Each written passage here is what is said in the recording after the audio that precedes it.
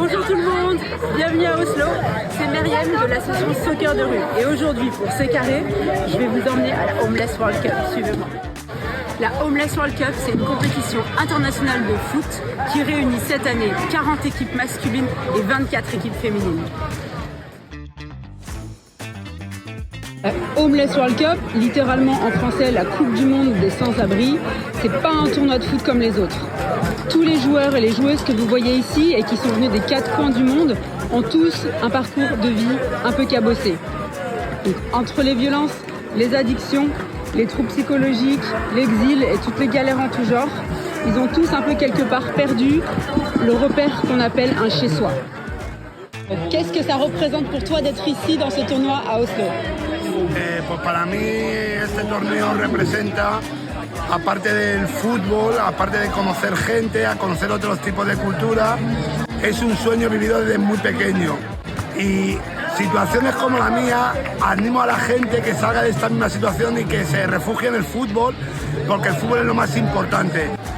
A mí Dragones me ayudaron a cambiar mi vida. Yo he estado pensando ya incluso en el suicidio, hasta que encontré a Dragones de Lavapiés y Miguel Buceta fue el que me dio la mano, me dijo no tengas miedo, ven a enterar con nosotros, que aquí no juzgamos a nadie por su situación.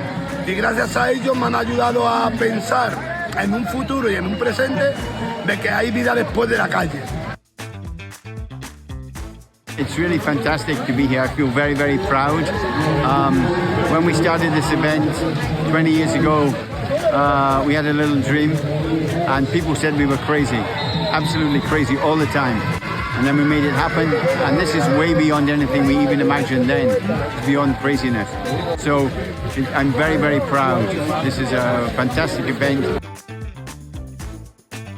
À travers nos programmes d'insertion par le foot, pour les adultes et les enfants, on offre une deuxième chance aux hommes et aux femmes qui ont souffert ou souffrent encore de toutes sortes de galères de la vie. Que ce soit chaque semaine, pendant les entraînements ou les matchs de tournois en France, à Grenoble ou ailleurs. Le but, c'est vraiment de pouvoir s'évader par la pratique du sport et de créer du lien social, mais surtout de retrouver confiance en soi.